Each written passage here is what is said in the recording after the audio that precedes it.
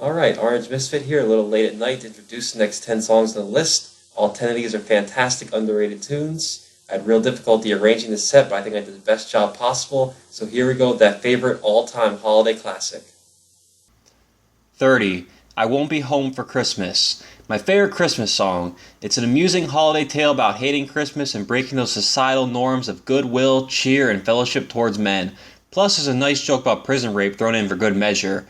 This song reminds me of that 8 Crazy Nights movie. I know, I'm embarrassed for me too. And that's actually how I discovered it. It was used in the trailer and I said, hey, that sounds like Blink-182, and it turned out to be. As for the song itself, the music is quite good. Tom's guitar rocks and the main riff is very nice, as well as the interlude when it connects with the bass. I think this is the last song Scott did for the drums, and it highlights the peak of his capabilities. The jingle bells are a good touch and show that they can use other instruments for greater effect once in a while. It also works because it makes you think you're about to hear a legitimate Christmas song, and then goes on to its own path. In my opinion, it surpasses the family holiday classics like Frosty and Wish You a Merry Christmas. 29. Dogs Eating Dogs. This is what Songs on Neighborhoods should have been like. Hard-hitting instruments, intense and passionate vocals, and clever and unified lyrics. I could live with this change in style even though the song reminds me of the Foo Fighters, but that's not the worst thing in the world. Anyway, the song does a good job providing some broken down, beaten like a dog and chewed up like a mutt imagery. Tom's lines are intense and surprisingly good. For example, Numb to the Shot and The Fall Sounds a Lot Like a Symphony Cries are quite descriptive and well done for modern Tom. Mark's memorable line, we need to find some middle ground, it's always sex or suicide, is also great because it describes two of the most drastic and passionate forms of intense emotional actions in life, sex and death, and there needs to be more beyond these extremes of wanting physical love and to break away from life or the relationship. Either way, the lyrics are awesome and music isn't bad, but it doesn't really have that Blink-182 feel, it's more like a generic hard rock sound to it. 28. Down. I've always wondered why this song is considered a greatest hit. Not bad by any means, but I don't really see the mass appeal behind it, other than perhaps a down chorus. Tom's lyrics in the verses are pretty cool, but they're nowhere near the best he's done. I do like how he's able to rhyme waves, they, and me all in one line though. That's an impressive feat. The pre-chorus tries to be powerful and manages to accomplish it, bringing the song to a cathartic peak before the more calm downs take over. These two sections work extra hard to carry the rest of the song. The intro is too similar to Every Time I Look for You for my liking, and the rest of the instruments don't really bring it up to the table to make this track a masterpiece. The piano riff at the end is a good touch, but the song ends up really dragging at the end with no real payoff. It's a great song, but it doesn't quite live up to its greatest hit title. 27. Wishing Well. If this song is about Tom DeLonge being disappointed in the mediocre success of Angels and Airwaves, then it is ingeniously amusing. I think it's likely since almost every lyric reflects an idea of leaving, having high plans, and wanting to be the next greatest rock band with a fresh new sound, and then having a revelation of extreme disappointment. Been gone a long time, kinda lost my way, can't find That's about him leaving Blink and being a long way off from his style. Reach for a shooting star, burned a hole through my hand. He wanted to achieve the success and perfection in his music, but it ended up hurting him because it disappointed a lot of Blink fans and never really found too much mainstream success and popularity other than the devoted Tom fans who would follow him anywhere. Had fun in the promised land. Even though it didn't end up living up to his expectations, it was still an enjoyable experience. It's an honest song and one of the best written on Neighborhoods, if it's about what I think it is. The riff is pretty cool but overused. Otherwise, the guitar is just a few boring chords. I like how the bass takes the lead in the second verse. That's classic Blink. The only thing that stands out as annoying is the la-da-da-da-da-da-da part, although it's fun to think of it as a more annoying, lazy version of the la-da-das from Sirens, which reflects a secret, bitter attitude that maybe Tom feels like he's stifling his creativity in Angels and Airwaves to be in this band. Or not. 26. Dick Lips. A song based on experience of getting kicked out of high school for underage drinking. You can already imagine the angst that you're going to feel, and that's set with the first line, "Please mom, you ground me all the time." Surprisingly though, I consider this one of the best songs in the album. Sure, a few parts like the ground me line are laughable, but there are some truly great lines, like, "Left me to think as if I couldn't walk away, it's too late, I fell through." That describes the feelings of despair after doing something awful and the control Punisher's force on you. It definitely reminds me of some of the trouble I got into at that age. Sure, some lines are bad, but I think that works for the song because it has a legitimate reason to be of the perspective of a stupid and inarticulate high schooler. The instruments are all fine, I like the twangy guitar intro, and the interlude is simple but effective. Alright. I have to say though that this is definitely the most randomly idiotic song title they have. I guess they just wanted fans of the song to admit they like dick lips whenever they had to tell someone about the song. 25. Man Overboard. This song is supposedly about Scott. Even though they have denied it, it totally is, and it's a real cruel slap in the face towards him. I mean, when you've already screwed the guy out of fame, fortune, and legacy that he helped found, why do you need to embarrass him by writing a song that portrays him as a complete wreck and failure? It's really shameful.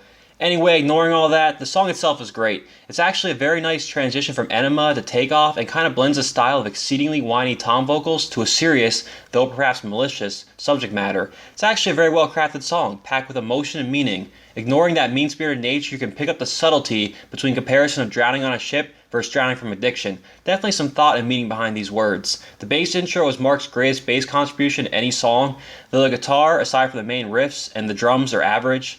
Then there's the line, "Loss of a good friend, best of intentions I found," which I really have a hard time believing. Regardless, if you forget the history behind the song, which I highly recommend doing, then it becomes one of their top tracks. 24. All of This. What a great collaboration with The Cure's Robert Smith. The song combines the mood of I Miss You with the subject matter of Easy Target. It's very somber and depressing, and the prominent Cure influence really exemplifies it. The song leaves you feeling sad for the narrator. The biggest problem is that it feels almost entirely like a Cure song and not much like a Blink one, other than some similarities to I Miss You. If it wasn't for Tom's obnoxious, "Use me, Ollie, come on and use me," I'd honestly have no idea it was by Blink-182. Otherwise, the song's good and has a nice relationship to a poor song, Easy Target, with that whole Holly thing. Also, why is Tom singing? Mark's vocals would have infinitely improved this song, and Mark has noted numerous times how The Cure is his biggest influence. I hypothesize that Tom taking the singing part with Robert Smith is the real reason Blink-182 broke up in the first place. 23. Ghost on the Dance Floor. I'd say this song is the best way to start off the album. It's got a great rock sound, has the best songwriting on the album, which isn't really that big of an accomplishment. Anyway, the songwriting does a fine job describing the pain and memories of losing someone, and it's almost as good as I Miss You. Actually, it's quite similar to I Miss You. It even uses the same main chords in the intro. Maybe it's a sequel to it, either that or Epic Holiday. So the song's about a dead love and her memory becomes entangled with the song. I like how the song escalates with its severity of pain until you reach the "it fucking hurt like hell." That's when you know it's a deep pain. But seriously, the lyrics are great. "When God took her with time, God made me quite alone" is both clever and deep. Tom's vocals get a little bit lifeless, and that real bit at the end is more odd than profound, but Mark's harmonies are a nice addition. The guitar is a bit repetitive, but the change in intensity during the intro works. I will give Travis credit for the intro, and I remember the first time listening to Neighborhoods, I got chills from hearing those drums. It's definitely one of the best on Neighborhoods, but with a few changes to the music, it could have easily been the best. 22. Aliens Exist.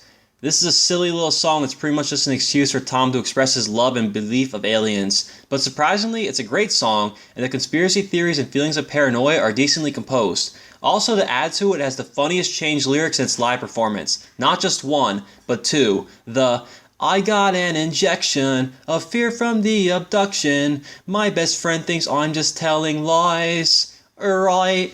And then changing it to "I got an injection of love from the erection. My best friend thinks I'm just humping guys. He's right" is so sophomorically amusing. Also adding the "Tom has sex with guys" at the end is equally hilarious. The interlude is just their typical power chords, but Tom's lyrics in that part are actually quite astonishing, and you can tell he put a lot of creative effort into this song's lyrics. You'd expect the song to be kind of moronic and lame from the title, and would think it would be something like Simple Plan's My Alien, but in all honesty, it succeeds at being a good song overall.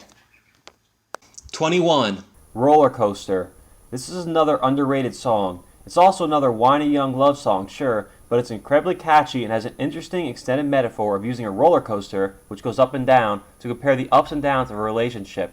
The vocal pattern is nice and fluid, and the lyrics are alright, which are basically all feelings of nausea or examples in the relationship. Musically, it's good. I like that it starts and ends with the same guitar, and I especially like the way it's repeated during the live version. That riff deserves to be played more than twice. I also enjoy the bubbly interlude and wonder what kind of effect that is. Too bad the bass is absolutely uninspired during that part. Roller Coaster is a great track with a moderately clever concept and has some instrument parts ranging from either decent to great. It's definitely a song worth listening to if you've only heard their greatest hits or radio play songs, so check it out if you haven't already after this review. Alright, that takes care of that. It's interesting to note that all the albums are still in the running, meaning there's at least one song off of each album that's still remaining. But that's all going to change in the next installment when 2 more get eliminated.